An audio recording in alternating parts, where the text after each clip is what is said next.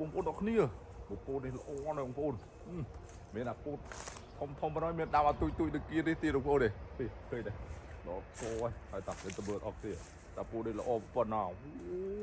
លេខក្បាលខ្ញុំបាត់ហើយអត់តប្រកាទេបងប្អូនលេខប្រកាបាត់ហើយអត់តប្រកាទេអូលេខមកណាអត់តចេញប្រកាបងប្អូនហើយលេខក្បាលបាត់ហើយមកជាមួយតាពូនេះចម្ងាយដល់ណាបងប្អូន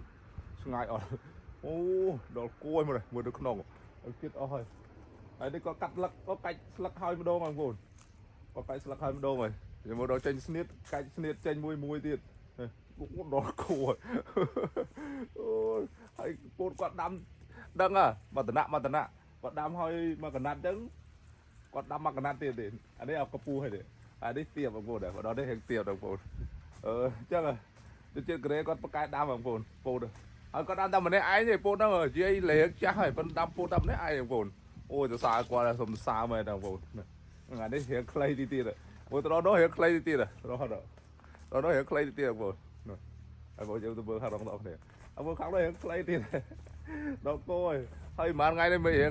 ស្ពូនស្លឹកបងប្អូនអាកាលមុនរៀងឡើងប្រហែលថ្ងៃឡើងស្ពូនស្លឹកអស់លីងឥឡូវរៀងគាត់បាវិញភ្លៀងថ្ងៃមុនមកតិចមើលមកដល់នេះរៀងទៀតបងប្អូនមកដល់នេះទៀតជាងគេទៀតគេចឹងគាត់ដាំម្ដងមកតំណាក់ដល់ពេលគាត់បេះពេលគាត់កាច់មកតំណាក់នោះអស់ចូលមកតំណាក់នោះអស់ចូលមកតំណាក់នេះមើលល្អណាស់បងប្អូនជិះលងឹតហ្មងបងប្អូនចឹងគាត់ដាំគាត់ឆ្លាតដែរហ្នឹងគាត់ដាំម្ដងមកតំណាក់បងប្អូននេះលុយ